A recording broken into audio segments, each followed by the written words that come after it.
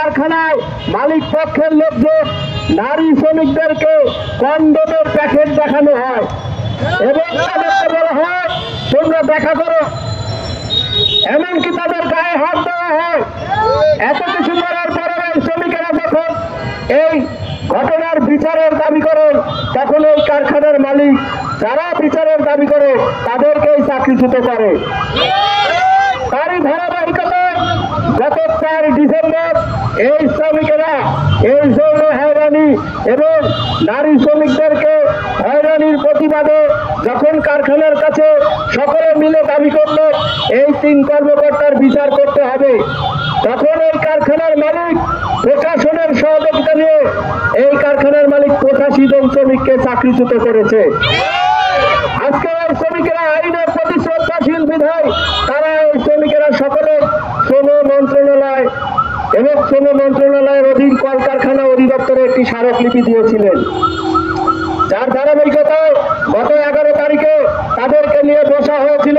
তারা স্বীকার করে গিয়েছেন এবং এখানে বলে গিয়েছিলেন যে হ্যাঁ আমরা এই ঘটনাগুলো জানি, যৌন হয়রানির শিকার হয় নারীরা, আমরা এটার ব্যবস্থা নিব তাদেরকে বলেছি। এই কথা বলে দেওয়ার পরে পরবর্তীতে চাকরিচ্যুত শ্রমিকদের পূর্ণ বহালের কথা যখন উঠেছিল তখন তারা বলেছিল আগামী 22 তারিখ মানে আজকের এই তারিখে 22 ডিসেম্বর তারা বসে শ্রমিকদেরকে পূর্ণ বহালের ব্যবস্থা করবে। কিন্তু দুর্ভাগ্যজনক হলেও সত্য যে গত 18 ডিসেম্বর এই মালিক পক্ষ শ্রম অধিদপ্তরে লিখেছে, কলকারখানা অধিদপ্তরে লিখেছেন তারা এই মিটিংয়ে আর বসতে চান না, তারা এই ব্যাপারে আর সমাধান চান না। তাহলে এই কারখানার মালিক কি এমন জমিদারের বাচ্চা হয়ে গেছেন? তিনি বাংলাদেশের আইন মানবে না, তিনি বাংলাদেশের নারী শ্রমিকদেরকে তার কারখানায় যৌন হয়রানি করবেন, তিনি তার কারখানায় তার ইচ্ছা মতো কারখানা চালাবেন। আর বাংলাদেশের শ্রম দপ্তরের শিল্প সম্পর্কিত দপ্তরগুলো তারা মুখে আঙুল দিয়ে বসে থাকবে, তারা এসির রুমে বসে ঘুমাবে আর আমার শ্রমিকেরা রাস্তায় রাস্তায় ঘুরবে। এটা হতে দেওয়া যায় না।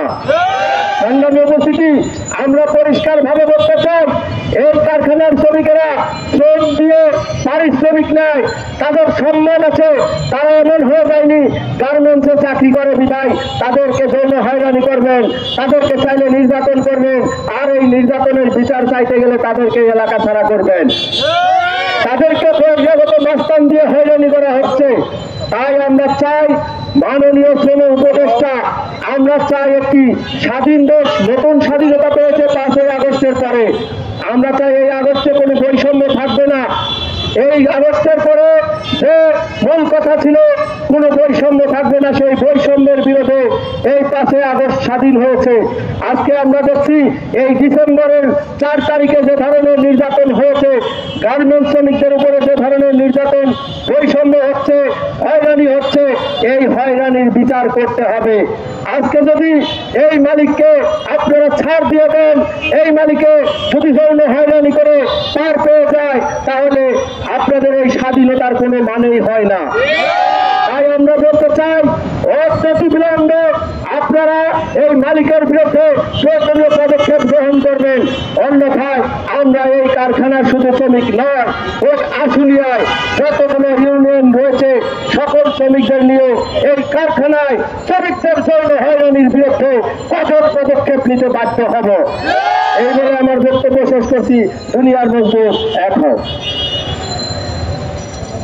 সংগ্রামী সাথী বন্ধুগণ, এই পর্যায়ে আমাদের সম্মুখে বক্তব্য রাখবেন আশুলিয়া থানা কমিটির নারী বিষয়ক সম্পাদক, নারী কমিটির সংগ্রামী সাধারণ সম্পাদিকা মিস মল্লিকা জামান।